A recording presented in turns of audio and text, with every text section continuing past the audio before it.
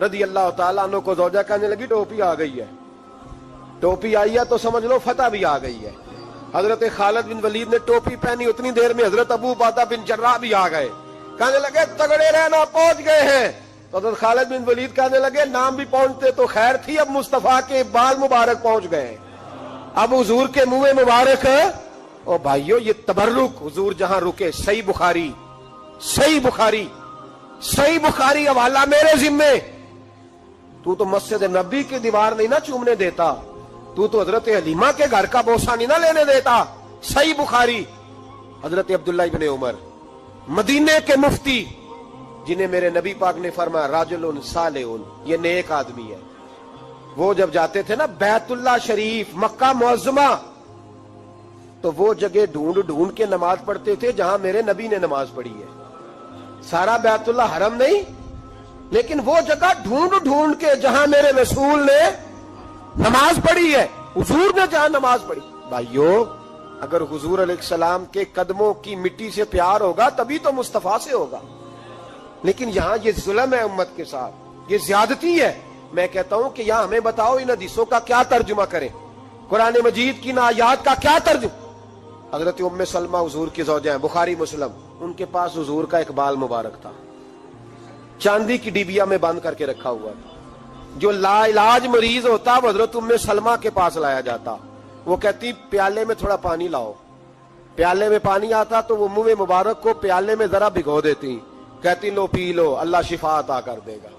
لا علاج. حضرت انس بن مالک 10 سال حضور کی نوکری کی. لوگ پوچھتے انس کیا کمایا ہے؟ کہنے لگے جو کمایا ہے وہ صندوق میں بند کر کے رکھا ہے. 10 سال نوکری کی نبی پاک، جو کمایا بند کر کے. انتقال کا وقت آیا تو حضرت ثابت بنانی کو بلایا، آپ کے شاگرد تھے. کہنے لگے جب بکسا کھول کے لا. کھول کے لائے تو ایک ڈبیا نکلی، فرمایا اسے بھی کھول. جب اسے بھی کھولا ایک منہ مبارک نکلا. کل زندگی کی کمائی، نبی پاک کا اقبال مبارک. کہا اس کا کیا کرنا ہے؟ فرمانے لگے جب مر جاؤں نا غسل دے کے تو میری منہ کھول کے زبان کے نیچے رکھ دینا. حضور اس کا کیا فائدہ؟ پر میں جب فرشتے حساب لینے آئیں گے من ربو کا بولیں گے، پہلا لفظ کہنے کے لیے منہ کھولوں گا تو سامنے حضور کا منہ مبارک ہوگا. پسے مردن فرشتوں نے جو تلاشی لی تو کیا نکلا؟ فقط ایک دل کے گوشے سے خیال مصطفیٰ نکلا. اور میرے اعلیٰ حضرت مشورہ دیتے ہیں، کہتے ہیں لحد میں عشق رخ شاہ کا داغ لے کے چلے، ہم نے اندھیری رات سنی تھی چراغ لے کے چلے. نبی کریم صلی اللہ تعالی علیہ وآلہ وسلم کو اللہ تعالیٰ نے اپنا آخری اور محبوب پیغمبر بنایا، تو حضور علیہ السلام نے تکمیل انسانیت کے لیے ساری ہدایات اپنے کرم سے اپنی امت کو عطا فرمائی. جب ہم یہ لفظ بولتے ہیں نا کہ نبی پاک کی سیرت کامل ہے، مکمل ہے، اکمل ہے، تو یہ ایک بہت بڑی بات ہے، یہ چھوٹی بات نہیں ہے. دنیا میں کوئی چیز بھی مکمل نہیں. آپ کروڑوں روپے کا گھر بنا دیں تو محسوس ہوتا ہے کہ کہیں نہ کہیں کوئی کمزوری رہ گئی ہے. دنیا میں کوئی چیز مکمل نہیں. اگر کوئی چیز مکمل اور کامل ہے تو وہ رسول پاک کی ذات گرامی ہے. اللہ تعالیٰ نے نبی پاک علیہ السلام کو ہر لحاظ سے کامل، مکمل اور اکمل بنایا، ہر لحاظ سے. اور نبی پاک علیہ السلام کی سیرت اور صورت کے اندر اللہ تعالیٰ نے ایسی جاذبیت رکھی، ایسی کشش رکھی. حضرت عبداللہ ابن عباس رضی اللہ تعالیٰ عنہ فرمایا کرتے ہیں، آپ فرماتے ہیں کہ نبی پاک علیہ السلام کوئی معجزہ نہ بھی دکھاتے، حضور ڈوبے ہوئے سورج کو واپس نہ بھی بلاتے، چاند کے 2 ٹکڑے نہ بھیجتے، درخت سجدے نہ بھی کرتے، کلمہ نہ بھی پڑھتے، تو فرماتے محبوب کا چہرہ ہی ایسا تھا لوگوں نے دیکھتے جانا تھا اور کلمہ پڑھتے جانا. وہ جاذبیت، وہ حسن، وہ رعنائی، وہ چیزیں ایسی ہوتی ہیں جو قابل کشش ہوتی ہیں انسان کے لیے. تبھی تقاضا ہوتا ہے بندے کا کہ وہ چیز بندے کو اپنی طرف کھینچتی ہے. جتنی قابل کشش چیزیں تھیں صورت اور صورت کے لحاظ سے اللہ نے ساری مدینے والے محبوب کو عطا فرمایا محمد الرسول اللہ صلی اللہ علیہ وسلم، محمد اللہ کے رسول ہیں، محمد اللہ کے رسول، کامل صورت و سیرت کے ساتھ اللہ نے محبوب کو مبعوث فرمایا۔ اب جو نبی پاک علیہ السلام نے تربیت کی بات کی نا، لوگوں کو سمجھانے اور سکھانے کی بات کی، تو ایسا نہیں ہے کہ جو بات اچھی تھی فقط جو اچھی تھی وہ حضور نے کر دیا، ایسا نہیں، بلکہ محبوب فرماتے ہیں میں مکارم اخلاق کی تکمیل کے لیے آیا ہوں، یعنی حضور نے وہ اچھی بات کی ہے کہ اس سے زیادہ اچھی بات ہو سکتی نہیں، آخری درجہ ہے خیر کا، اس سے زیادہ اچھی بات ہو نہیں سکتی۔ اللہ کے محبوب علیہ الصلوۃ والسلام نے جو تربیت فرمائی لوگوں کی، تو وہ تربیت تھی یتلو علیکم آیاتنا ویزکیکم، کہ محبوب تم پر آیتیں پڑھیں گے اور تمہارے باطن کو پاک فرما دیں گے۔ نبی پاک علیہ الصلوۃ والسلام کے سامنے جو جماعت آئی نا، سب سے پہلے حضور نے جن کی تربیت کی، سب سے جن لوگوں کو نبی پاک علیہ الصلوۃ والسلام سے فیض لینے کا اور امت میں بانٹنے کا اللہ تبارک و تعالیٰ نے موقع عطا کیا، وہ نبی پاک کے اہل بیت ہیں اور حضور کے صحابہ کرام ہیں۔ جو دنیا کے بہترین لوگ تھے نا، بہترین عقل و خرد کے لحاظ سے، فہم و فراست کے لحاظ سے، تقوی اور روحانیت کے لحاظ سے جو بہترین لوگ تھے، وہ اللہ تعالیٰ نے اپنے محبوب کی غلامی کے لیے منتخب فرمایا۔ انسانی مزاج اس طرح کا ہے کہ اس میں منفی چیزیں زیادہ آتی ہیں، طبیعت اس طرح کی ہوتی ہے کہ شر کو بعضوں کا دل جلدی قبول کرتا ہی مزاج ہوتا ہے۔ حضور علیہ الصلوۃ والسلام نے فرمایا اللہ تعالیٰ نے دوزخ کو خواہشات سے ڈھانپ دیا، جو چیزیں دل کو طبیعت کو جلدی اپنی طرف کھینچتی ہیں وہ دوزخ کی طرف لے جاتی ہیں، خواہشات نفسانیاں جو ہوتی ہیں۔ انسان کی طبیعت جلدی مائل ہوتی ہے۔ لوگوں نے جب دیکھا نا کہ ایک بہترین جماعت ہے حضور کے صحابہ اور اہل بیت کی، اور اتنی اعلیٰ جماعت ہے کہ نہ کبھی زمین نے ایسے لوگ دیکھے تھے نہ آسمان نے کبھی ایسے لوگ دیکھے تھے، اور اللہ کے محبوب علیہ الصلوۃ والسلام کے فیضان نبوت سے یوں اجلے ہوئے ان کے باطن کہ دنیا میں وہ جدھر جدھر بھی گئے نا نور ہی بکھیرتے گئے۔ اب جب لوگوں نے یہ دیکھا نا کہ اتنی اہم جماعت ہے اور اتنا بڑا انقلاب اس نے برپا کر دیا ہے اور اتنی زیادہ انہوں نے اس کے اندر دین کے اندر اور فتوحات کے اندر اضافہ کر دیا ہے، اب شر پھیلانا تو بڑا ضروری ہوتا ہے۔ آپ اگر تھوڑی دیر زیادہ تسلی سے میری بات پر غور کریں تو جب بھی کوئی عالم دین آپ کو کوئی بات سنائے گا یا لکھے، نہیں کہتا کہ ڈائریکٹ حضور سے سنا، وہ کہتے ہیں حضرت ابو ہریرہ سے روایت ہے، حضرت ابو دردہ سے روایت ہے، حضرت عبداللہ ابن مسعود فرماتے ہیں، سیدہ عائشہ صدیقہ فرماتی ہیں، وہ کسی نہ کسی صحابی کا نام لے کے روایت بیان کرے گا۔ آپ کو سمجھ آ رہی ہے میری بات کی؟ دنیا کے اندر سب سے زیادہ محبوب علیہ السلام کے ارشادات موجود ہیں، فرامین موجود ہیں، اور وہ امت پر احسان کیا ہے نبی پاک کے صحابہ نے۔ اب لوگوں نے یہ کیا کہ وہ ڈائریکٹ تو دین کو مشکوک نہیں کر سکتے تھے، انہوں نے اس طرح کیا کہ جو دین کو روایت کرنے والے تھے نا، جو دین کو آگے بیان کرنے والے تھے، ان لوگوں کو مشکوک کرنا شروع کر دیا۔ جب کسی بندے کی شخصیت مشکوک ہو جاتی ہے تو اس کی بات کیسے معتبر رہے گی؟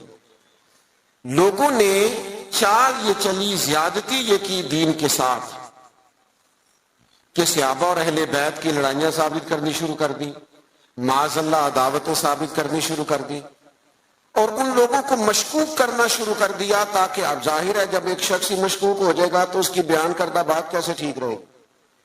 تو جب آپ صحابہ اور اہل بیت کے تعلق سے کسی تشکیک کا شکار ہوتے ہیں تو جتنا دین وہ لائے، قرآن مجید کو جمع کرنا شروع کیا تھا حضرت صدیق اکبر نے، اور اس میں بھرپور کردار ادا کیا سیدنا عثمان غنی نے.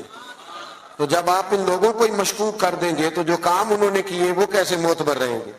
خدا را دین کو سمجھنا، بات کو سمجھنا. اولین جماعت کے خلاف یہ سازش کی گئی. لوگ تاریخ کی کتابیں کھول کھول کے سامنے رکھتے ہیں اور لوگ جانے کیا کیا لے کے آتے ہیں. میں نے تو اللہ کا قرآن پڑھا ہے. رب قرآن مجید میں فرماتا ہے محمد الرسول اللہ والذین معہ اشداء علی الکفار. فرمایا محمد صلی اللہ تعالی علیہ وسلم اللہ کے رسول ہیں اور ان کے جو ساتھ لوگ ہیں وہ کافروں پر سخت ہیں. رحماء بینہم، آپس میں تو بڑے رحم دل ہیں. تو اللہ کا قرآن کہہ رہا ہے وہ آپس میں رحم دل ہیں، وہ آپس میں پیار کرنے والے ہیں، وہ ایک دوسرے کا احترام. اللہ کا قرآن کہتا ہے رحماء بینہم. میرا خیال ہے جب قرآن کی آیت سامنے آ جائے تو پھر تاریخ کی کتاب کی تو ضرورت نہیں رہتی، پھر تاریخی حوالوں میں الجھنے کی حاجت. اللہ نے کہہ دیا رحماء بینہم، وہ آپس میں مہربان ہیں. ہو ہلکا یاراں تو بریشم کی طرح نرم. رزم حق و باطل ہو تو فولاد ہے مومن. مومن تو آپس میں رحم دل ہوتے ہیں، ایک وجود کی طرح ہوتے ہیں. علامہ اسماعیل لکی رحمت اللہ نے لکھا ہے ایک مقام پہ نا تمام صحابہ بیٹھے تھے. ہمارا ایک مزاج ہوتا ہے کہ ہم عزتیں نہیں دیتے، طبیعت ہوتی ہے. اور کچھ لوگ ایسے ہوتے ہیں جنہوں نے طے کر لیا ہوتا ہے کہ مجھے عزت ملنی ضرور چاہیے. یہ بہت بڑا مشکل کام ہے. بہت سارے لوگ خود اپنے لیے پروٹوکول کا اہتمام کر لیتے ہیں، وہ زیادہ نقصان کا باعث ہوتا ہے. کوئی سیاسی سماجی فلاحی بڑا آدمی آ جائے نا کبھی محفل میں تو وہ گردن اونچی کر کر کے دکھاتا ہے پیچھے کہ لو میں آ بھی گیا ہوں اور نقیب صاحب نے میرا نام ہی نہیں لیا. بہت سارے بندوں کی تعریف نہ کرو تو نیند نہیں آتی بیچاروں. یہ ابھی ہم آ رہے تھے نا، ہم نے اپنے میزبان کو ٹیلی فون کر کے کہا کہ مہربانی کرنا کسی استقبال کا اہتمام نہ کرنا. فقیروں اور وزیروں میں کوئی تو فرق رہنا چاہیے، کوئی تو فرق رہ جائے. یہ پہلے کہا، آنے سے پہلے کہا، پوچھ سکتے ہیں. اور میں آ رہا تھا تو ایک سنگی جو ہیں وہ جلدی سے گرنے لگے پیروں میں. میں آپ کو ذمہ داری سے کہتا ہوں آپ ہماری بات مانیں جو کہہ رہے ہیں تو پھر ہمارا فائدہ ہے، ورنہ پیروں کی کیا بات ہے. میرے جیسے تو گناہگار کے ہاتھ چومنے سے بھی آپ کو کچھ نہیں ملے گا، کوئی فائدہ نہیں. مان نام کے من دان، یہ تو مجھے آپ نے کرسی پہ بٹھا دیا ہے، ورنہ تو پتہ سارا ہے سردار نو کیتیاں دا ادا پردہ چپائے پلا ہو سی. آپ میں سینکڑوں لوگ ایسے ہیں جو مجھ سے 1000 درجے اعلیٰ ہیں. اس لیے کچھ چیزوں سے باہر آ جاؤ، زندگی کو اس کے اصل حسن کے ساتھ جینا شروع کرو، پھر مزہ آئے گا. کیوں؟ اس لیے کہ میرے کریم محبوب نے فرمایا تو رب کی رضا کے لیے جھک جا، اللہ تجھے عزتیں عطا فرما دے، اللہ تجھے وقار عطا کرے گا. تو جھک جا اللہ کی رضا. ان چیزوں سے باہر آ جائیں. جو بات عرض کرنے جا رہا تھا، ہم عزت نہیں دیتے. قابل عزت آدمی کو ہمیشہ عزت دیں. اچھا، اس کے دل میں نہیں ہونا چاہیے. سیاستہ میں حدیث موجود ہے، نبی پاک علیہ السلام نے فرمایا جس بندے کی خواہش ہو نا لوگ مجھے اٹھ کے ملے وہ جہنمی ہے. اس کے دل میں خواہش پیدا ہو جائے کہ لوگ کھڑے ہو کے مجھے ملیں، یہ آپ کو سیاستہ میں حدیث ملے گی. لیکن جو قابل عزت ہو اسے عزت دینی چاہیے. اور میں بڑے زمانے سے کہہ رہا ہوں کسی کو عزت ہمیشہ وہ دیتا ہے جو خود صاحب عزت ہوتا ہے. وہ صاحب عزت لوگ عزت والوں کو عزت دیتے ہیں. بات کی سمجھ آ رہی ہے آپ حضرات؟ علامہ اسماعیل لکی رحمت اللہ لکھا ہے ایک جگہ پہ صحابہ حضور علیہ الصلوۃ والسلام کے ساتھ بیٹھے تھے تو جگہ وہاں بظاہر تھوڑی کم تھی. ڈھیر سارے لوگ بیٹھے تھے حضور کی خدمت عالی مرتبت میں زیارت و ملاقات کا شرف پانے کے لیے. تو ظاہری طور پر وہاں جگہ تھی. حضرت ابو بکر صدیق اکبر افضل البشر بعد الانبیاء بالتحقیق، حضرت صدیق اکبر نے حضور کے بالکل ساتھ بیٹھے تھے، وہ آج بھی کریم کے بالکل ساتھ ہی ہے، بالکل حضور کیا مقدر ہیں صدیق و فاروق کے، جن کے گھر رحمتوں کے خزینے میں، بالکل کریم کے ساتھ بیٹھے تھے، بالکل ساتھ۔ اچانک دروازہ کھلا اور جیسے ہی لوگوں نے چہرے اٹھائے تو مولا علی شیر خدا تشریف لے آئے۔ ہر بندہ تیار تھا اٹھ کے استقبال کرنے کو، ہر شخص، لیکن حضرت صدیق اکبر نے نہ کسی کو موقع ہی نہیں دیا۔ سب سے پہلے حضرت ابو بکر اٹھے اور دروازے پر جا کر ان کا استقبال کیا، اور پھر ان کو بازو سے تھام کے لا کے حضور کے قریب بٹھایا اور تھوڑا ذرا سائڈ پہ ہو کے بیٹھ گئے۔ ساری اسرار صرف تقریروں کے نہیں ہوتے، بعض اوقات عمل سے بھی ایسا نتیجہ نکلتا ہے، عمل کرنے سے بھی، کہ وہ بات کہیں دور چلی جاتی ہے۔ حضرت سیدنا صدیق اکبر اٹھے، بازو تھاما، لا کے مولا کائنات کو حضور کے قریب بٹھایا۔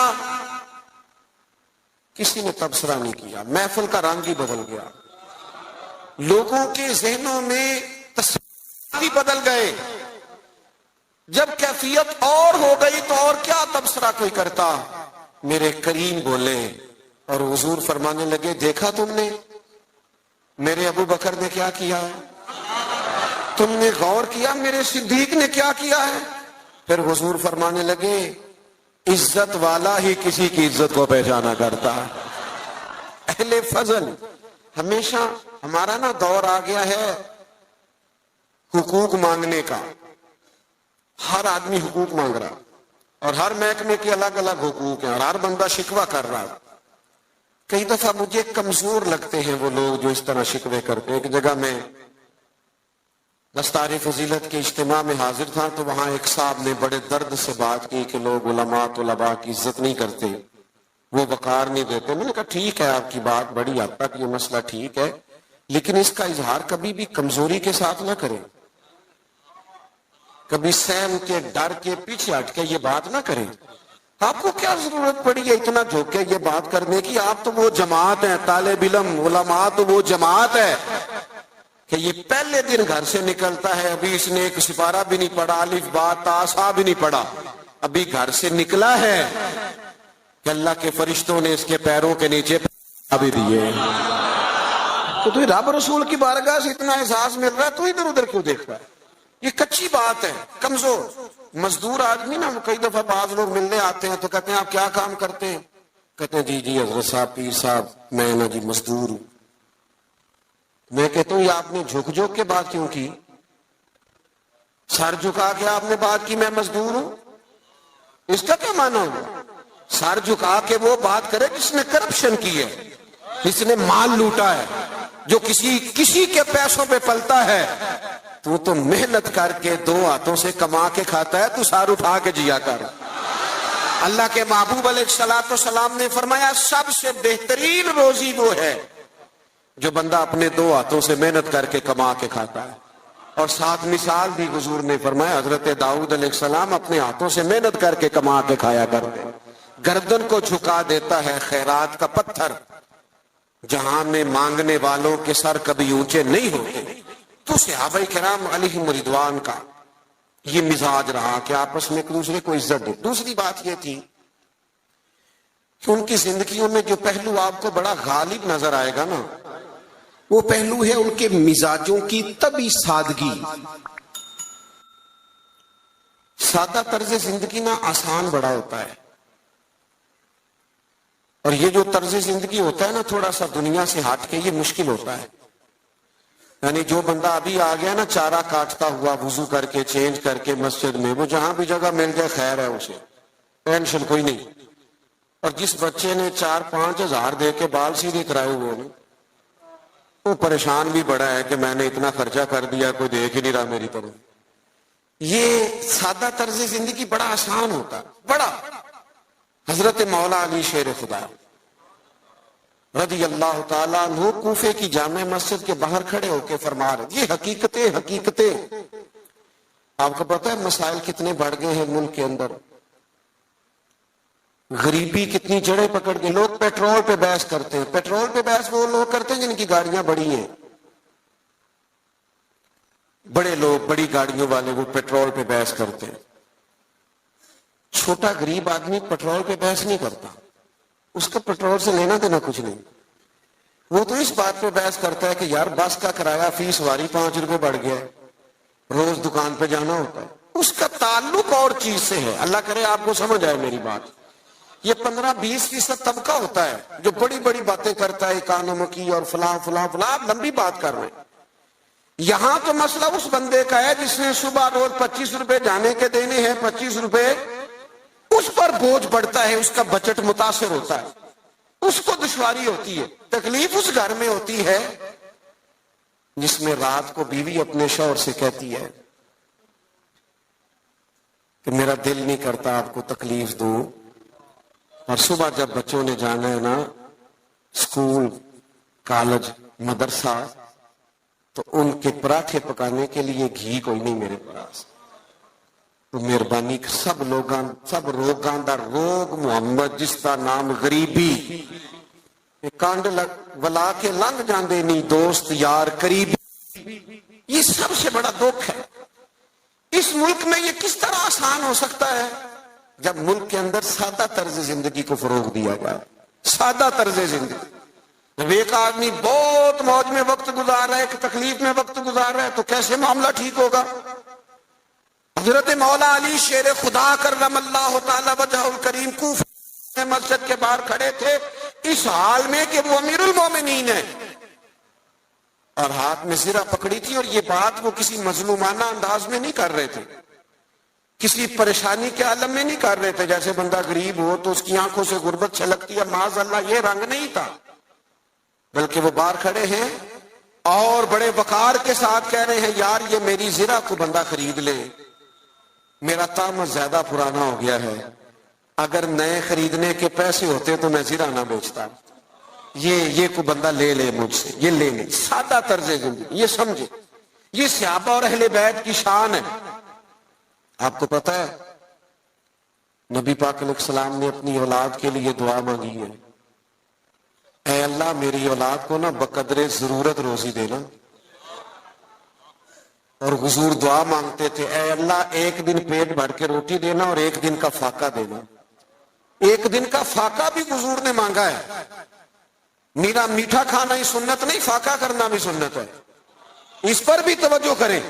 یہ بھی حضور نے دعا مانگی, یہ بھی مانگ کے دیکھے کوئی اپنے لیے, یہ بھی حضور نے مانگی. مہینہ مہینہ چولہا نہیں جلا سیدہ فاطمہ کے گھر میں, مہینہ مہینہ. یہ ہمارے بچے نہیں میدانوں میں جہاد کر سکتے. وہ کیسے جہاد کریں گے جن کا ٹیشو پیپر کوئی اٹھاتا ہے, جن کی گاڑی کا دروازہ کوئی کھولتا ہے, وہ میدان میں کیسے نکلیں گے؟ سیدہ پاک کی اولاد پاک نے میدان میں ڈٹ کے مقابلہ کیوں کیا؟ اس لیے کہ ان کی اماں نے مہینہ مہینہ کھجور سرکے پہ گزارا کرنا سکھایا ہوا تھا. ان کی ماں نے سکھایا تھا 3 دن روزے رکھنے, اور کھجور پانی سے سحری, کھجور پانی سے افطار. جب گھر کے اندر یہ سادگی کا حسن ہونا تو پھر بچوں کو مشکل نہیں ہوتی میدانوں میں کھڑا ہونے, پھر وہ طاقتور ہوتے, اعصابی طور پر مضبوط ہوتے. ہم نے دولت جمع کرنے کے نام پر اپنی اولادوں کو کمزور کر دیا ان لوگوں کے مزاج میں. اور یہی منہج صحابہ کا ہے. حضرت عمر فاروق رضی اللہ تعالیٰ کو بندہ ملنے آ جاتا تھا نا کبھی, تو پوچھتا تھا تمہارے بادشاہ کا محل کہاں ہے؟ تو صحابہ فرماتے تھے ان کا محل کوئی نہیں, وہ یہیں تھے, کبھی مسجد میں مل جائیں گے. اور جا کے پوچھتے تھے جناب امیر المومنین کہاں ہیں؟ تو مسجد والے کہتے تھے یہیں تھے, کہیں باہر نکل گئے. باہر نکل کے پوچھا حضرت عمر کہاں ہیں؟ تو انہوں نے کہا وہ باغ ہے نا فلانا, اس باغ کی. تو اس نے کہا حد ہو گئی ہے, ہمارا تو بادشاہ گلی میں نظر آ جائے تو پورے علاقے کو پتہ چل جاتا ہے بادشاہ سلامت آ گئے. اور یہاں عجیب منظر ہے کہ امیر المومنین اور 22-24 لاکھ مربع میل کی حکومت, یہ سادہ طرز زندگی اسی کسے دے کچھ بھی نہیں لگ دے, نہ کوئی ساڈا دردی تے نالے اٹھ بلیا چل اوتھے بسیے جتھے نہیں سنے, نہ کوئی ساڈی ذات پچھانے نہ کوئی سانو منے. یہ طرز زندگی، یہ انداز تکلم. حضرت سیدنا فاروق اعظم ادھر گئے ہیں ایک دفعہ نا، تمام صحابہ نے یہ ذرا اس کا مزہ لے کے دیکھیں، اس کا بڑا مزہ ہے. میں کئی دفعہ دوستوں سے کہتا ہوں روب کپڑوں کا نہیں ہوتا، روب کردار کا ہوتا ہے. ہاں کسی آدمی کا 6 کروڑ کا مکان ہو نا، بڑی سوسائٹی میں بڑی کوٹھی، تو پیسہ کرپشن کا ہو تو لوگ دروازے پہ کھڑے ہو کے کہہ دیتے ہیں 2 نمبر مال ہے. اور بندہ ٹوٹی ہوئی موٹر سائیکل پہ آئے، چھوٹا سا آفیسر ہو، چھوٹا سا ملازم، اور جس کرسی میز پہ بیٹھے وہ بھی ٹوٹے ہوئے ہوں، تو اس کے باہر دفتر کے دروازے پہ بڑے بڑے وزیر سفیر کھڑے ہو کے کہہ رہے ہوتے ہیں یار بندہ بڑا کھڑا ہے، نہ سفارش نہ جائے سنتا ہے، نہ رشوت لیتا ہے. اس کا مطلب ہے روب کپڑوں کا. ہمارے بزرگ تھے نا گجرانوالہ میں حاجی ابو داؤد محمد صادق صاحب رحمت اللہ علیہ، تو ہم بڑے بڑے لوگوں کو دیکھتے تھے، وہ حضرت سے ملنے کے لیے آتے تو کوشش کرتے پہلے کبھی امامہ باندھ لینا، اگر کوئی گھڑی چین والی ہے تو اتار لینا. اتنی بڑی پجاروں سے بندہ اترا ہے لیکن اپنا لباس ٹھیک کر رہا ہے. اور اپنا اس شخص کا حال یہ تھا، زندگی ساری رکشے میں سفر کیا، مکان مسجد کا، اسی میں زندگی بتا دی. کسی نے 1000 پہ نظر پیش کی تو کہنے لگے میرا تو اتنا خرچہ ہی نہیں، مجھے 50 دے جا گزارا چل جائے گا، تو غریب آدمی ہے، تو لے جا اپنے گھر میں کام کاج چلا. الہی ہے تیرے سادہ دل بندے کدھر جائیں. او عزیز دوست، سادہ طرز زندگی، سادہ، یہ شان ہے صحابہ اور اہل بیت کی. اپنی زندگیوں میں نا یہ اعلیٰ کھانا کھا کے نا، روز مرغن غذائیں کھا کے پھر دوائیاں بھی کھانی پڑتی ہیں. سادی روٹی کھائیں نا.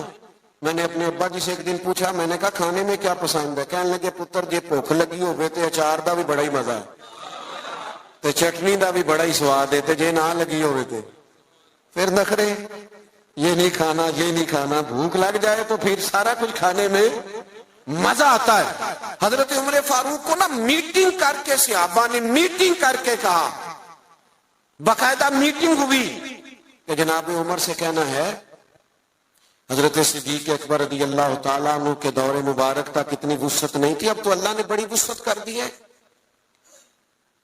آپ کو بھی مال غنیمت میں بڑا حصہ ملتا ہے، اور اپنی جگہ حضور کا فرمان میں بالکل درست موجود ہے کہ اللہ نعمت دے تو اثر دیکھنا پسند کرتا ہے.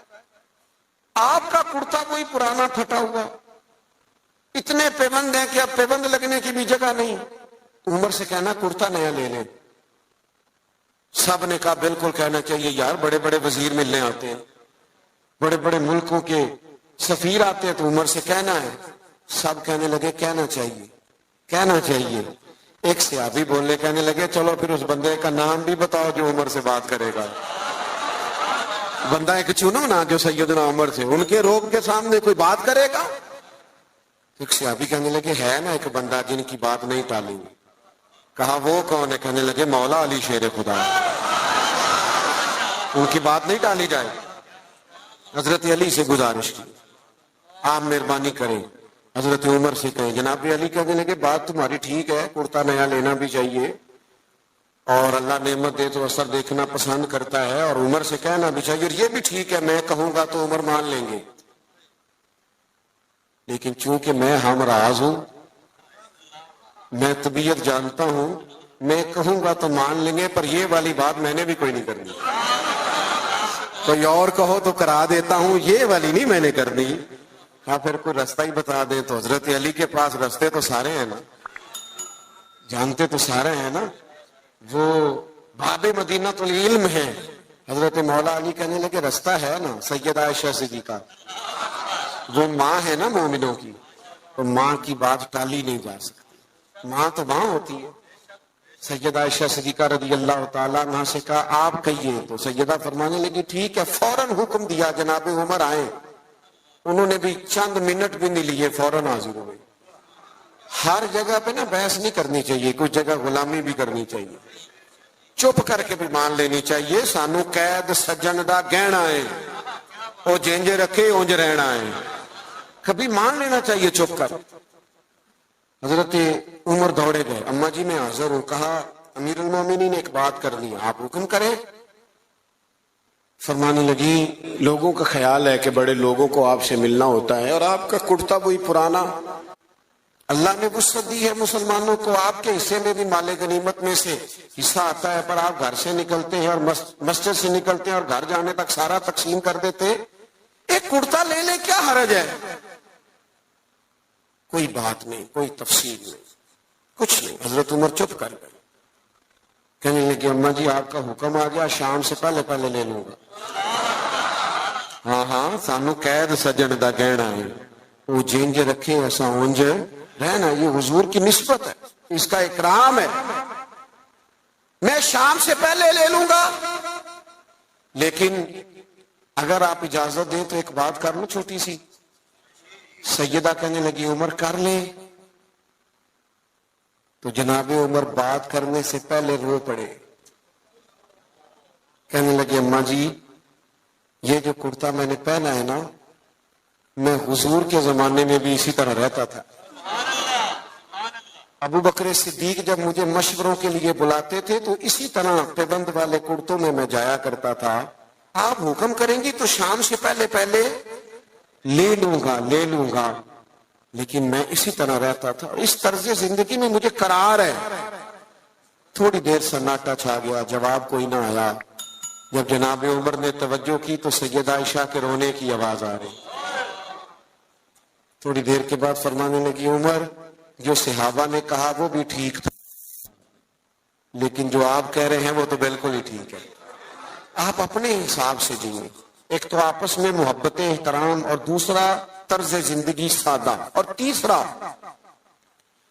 آپ ساری کتابیں پڑھ لیں، سیدہ فاطمہ، مولا علی، حسنین کریمین علیہم رضوان کی سیرت پر ساری کتابیں، ہر کتاب میں لکھا ہوگا کہ گھر میں مہینہ مہینہ چولہا نہیں جلا، روٹی نہیں پکی، ہر کتاب میں لکھا ہوگا۔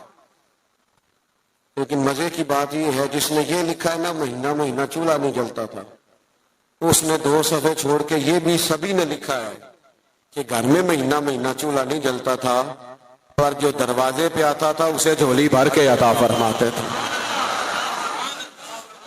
مالا والے سخی نہیں ہوں گے کہ سخیاں کل مال نہیں ہوں گا، مالا والے سارے نہیں، کچھ ہوتے بھی ہیں، اللہ ماشاءاللہ، مالا والے سخی نہیں ہوں گے، سخیاں کل مال نہیں ہوں گا، ہاں ایتھے اوتھے دومی جانی سخی کنگال نہیں ہوں گا۔ یہ بھی بات پکی ہے، یعنی غریبی میں سخاوت، وہ ہمارے ہم نے یہ سمجھا ہے کہ سخاوت کروڑوں اربوں سے ہوگی، لاکھ آئیں گے تو سخاوت ہوگی، یہ ہم نے سمجھ لیا ہے۔ حالانکہ نبی پاک علیہ السلام نے تو یہاں سے سخاوت شروع فرمائی ہے۔ حضور فرماتے ہیں کہ گوشت پکاؤ نا تو شوربہ زیادہ کر لیا کرو، اور اپنے پڑوسی کو بھی سالن میں شامل کرو۔ یہاں سے سخاوت شروع کی، یہاں سے حضور، یہاں سے۔ آپ غور کریں صحابہ اور اہل بیت کی زندگیوں پر کہ ان کا طرز زندگی سخاوت کے معاملے میں کیا ہے۔ بڑا کم ہوتا ہے سگے بھائی کو لوگ دینے میں کتراتے، لیکن جب ہجرت کر کے مہاجرین مدینے آئے تھے نا تو انصار نے چلتے کاروبار آدھے آدھے دے دیے تھے۔ یہ باتیں کرنی آسان ہے، لیکن کسی کو اپنا گھر، اپنے بچوں میں لوگ گھر تقسیم کرتے ہیں نا، دیوار میں دیوار نکل دیا تو روتے ہیں میرا گھر بٹ گیا ہے۔ اپنے بچوں میں بانٹتے وقت لوگ رو پڑتے ہیں۔ میرے دوستوں صحابہ نے تو آپس میں بانٹ دیا۔ میں بس بات ختم کرنے لگا ہوں۔ امام حسین رضی اللہ تعالیٰ عنہ گھر میں تھے، دروازے پہ دستک ہوئی، آپ نے صاحبزادے سے کہا دیکھنا کون ہے؟ عرض گزار ہوئے حضور ایک بھکاری ہے، فقیر ہے، مانگنے والا آیا۔ 600 یا 800 دینار پڑے تھے گھر میں۔ ہم نہ مانگنے والے کے لیے وہ نوٹ رکھا ہوتا ہے ہم نے جو بچہ بھی کوئی نہیں لیتا، ایک مانگنے والے کے لیے، ایک مسجد کی ٹوپی میں ڈالنے کے لیے، سب سے چھوٹا رکھا ہوتا ہے۔ کہا حضور وہ آیا ہے، تو 600 یا 800 دینار پڑے تھے۔ امام حسین اٹھ کے باہر تشریف لے گئے، وہ سارے کے سارے دینار فقیر کی جھولی میں ڈالے اور ڈھال کے فرمانے لگے پتہ نہیں تھا آپ نے آنا ہے، ورنہ میں کو بندوبست کر کے رکھتا ہے۔ یہ دیکھو خود بھیک دے خود ہی کہیں منگتے کا بھلا ہے، منگتے کا۔ ایک تو ان کا احترام تھا آپس میں، ایک یہ کہ انہوں نے طرز زندگی سادہ، یہ جو فقیری ہے نا، یہ حضور کی مجبوری نہیں، یہ نبی پاک کی پسند ہے. فقر اختیاری ہے رسول پاک کا، حضور کی پسند ہے سادہ رہ. اور تیسری بات یہ کہ سخاوت کرنا، دوسروں کا خیال رکھنا. ایک بات سن لیں اور میں اپنی بات کو ختم کروں. 9-10 محرم کی درمیانی رات تھی. عمر ابن سعد نے آ کے امام علی مقام سے کہا، دو ہی باتیں ہیں، یا بیعت یزید کریں یا صبح جنگ کے لیے تیار ہو جائیں. تو امام فرمانے لگے ایک رات ٹھہر جاؤ، صبح بتا دوں گا. وہ چلا گیا، اس نے کہا ٹھیک ہے. حضرت عباس آئے. حضرت عباس رضی اللہ تعالیٰ عنہ عرض گزار ہوئے، بھائی جان میرے آقا، فیصلہ آپ کا مجھے پتا ہے صبح کیا ہونا ہے. فیصلہ ابھی بھی یہی ہے اور صبح بھی یہی ہے کہ آپ نے بیعت تو کرنی نہیں، ہونی تو جنگ ہے. تو آپ ایک رات کا آپ نے کہہ دیا، یہ عجیب سے لوگ ہیں، پتہ نہیں کیا سوچیں گے.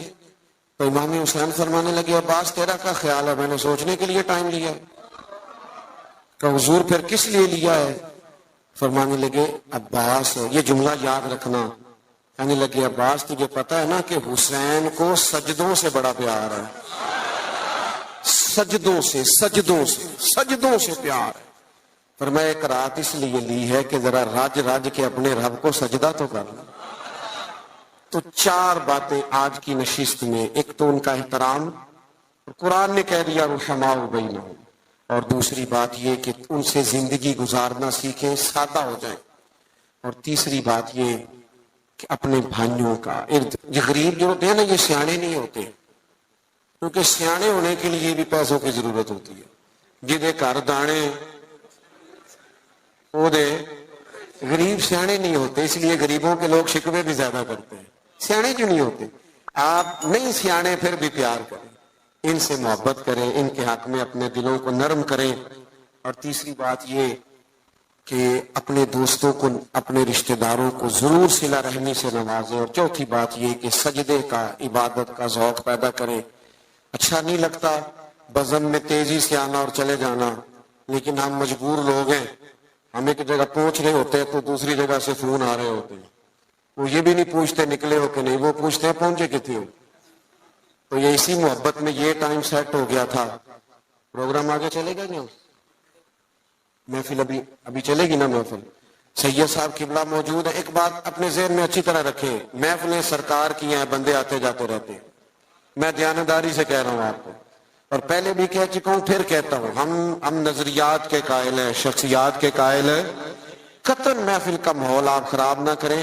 آپ اگر محفل میں اطمینان سے بیٹھیں گے تو اللہ کے گھر میں باوضو بیٹھو، مجھے تسلی ہو